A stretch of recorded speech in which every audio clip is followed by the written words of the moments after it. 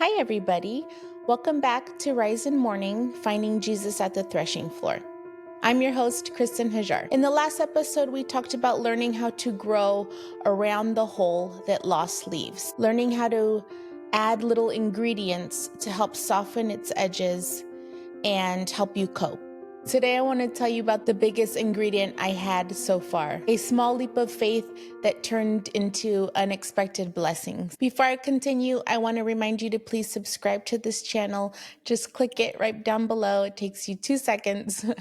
Like and comment, leave me feedback. It really helps. And check the description box down below for any tips, resources, prayers, or products I've mentioned. And you can find me on my socials at Rise in Mourning. So this little leap of faith started around the 2022-2023 school year, when my husband bumped into the former principal of my boys' school that summer, and she asked him if I'd consider being their second grade teacher's aide. And when he got home and he told me the story and the encounter with the principal, I was pleasantly shocked. I was flattered, but I didn't feel like I was ready. I didn't start therapy yet. And even the thought of a schedule of getting up early, being around people all the time, and pretending to have energy felt impossible. But my husband encouraged me, and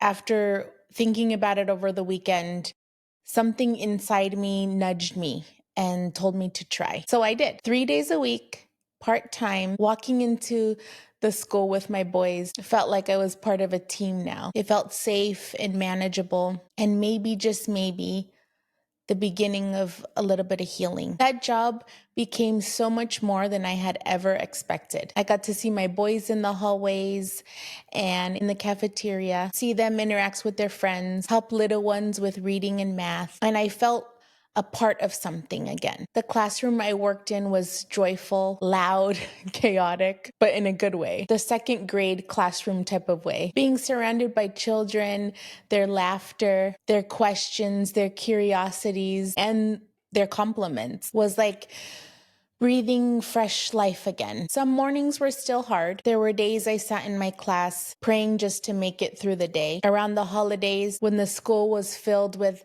decorations and celebrations, the ache grew a little bit sharper. Alex's birthday in September, then Christmas. Those days tested me at work, but I kept showing up. What I didn't know then was how God was quietly weaving grace into that year for me. One of the teachers I worked with mentioned the therapy center that she went to. And though I tucked away that information for that rainy day I spoke about months later, it became the exact resource I would need later. If you watch that episode, then you know what I mean. That's how eventually I found my therapist, the same one I still see today. So besides the joy of being around the kids, the laughter in the halls, and the purpose of getting out of the house, that year planted a seed of real healing. It connected me to the help that God had waiting for me. That year also brought friendship. I met one of my best friends while working there, someone who truly saw me in my grief and loved me through it. I'm forever grateful for the grace those teachers showed me that year. It was exactly the space I needed, structured enough to give me purpose, gentle enough to let me still be broken. When I was preparing for this episode, I was shocked because looking back now, I see God's fingerprints all over it. He knew I needed that environment, a reason to get dressed, to walk in the sun, to receive hugs from so many when I was there, to laugh and be silly with the children, to feel useful again. It was the perfect stepping stone between deep grief and the beginning of growth. If you're struggling through grief right now and everything feels impossible, I want to encourage you to try something small. You don't have to have energy. You just need a sliver of willingness. Take a little leap and say yes to something that gets you moving, even if you're trembling while you do it. Maybe it's volunteering, part-time work, joining a Bible study, or simply walking with a friend once a week. It doesn't have to be big and holy. Sometimes the smallest steps become the most significant turning points. That year taught me that faith isn't always bold and loud. Sometimes it's quiet and exhausted, but still moving forward. And God honors that faith too. When I think back to that year now,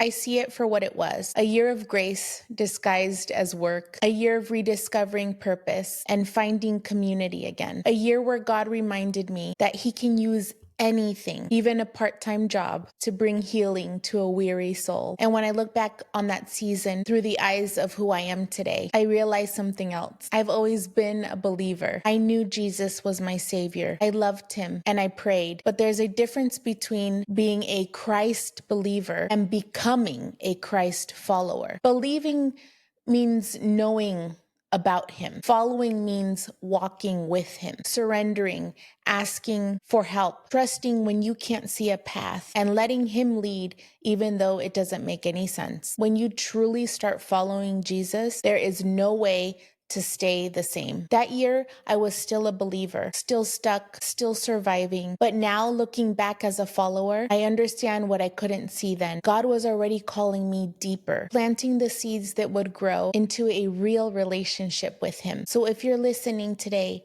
and you're feeling stuck in your faith, keep going, keep trusting, because belief may start your journey, but following is what transforms it. And I also just want to say a quick thank you to the ex-principal that hired me at my boys' school, because without her, none of this would have happened. I do not know what sparked her to ask my husband for me to be a teacher's aide at that school. Obviously, God had His hands in this, but I am just so grateful to that principal. I still see her often, and I have told her this in person, but I just wanted to give her a shout out.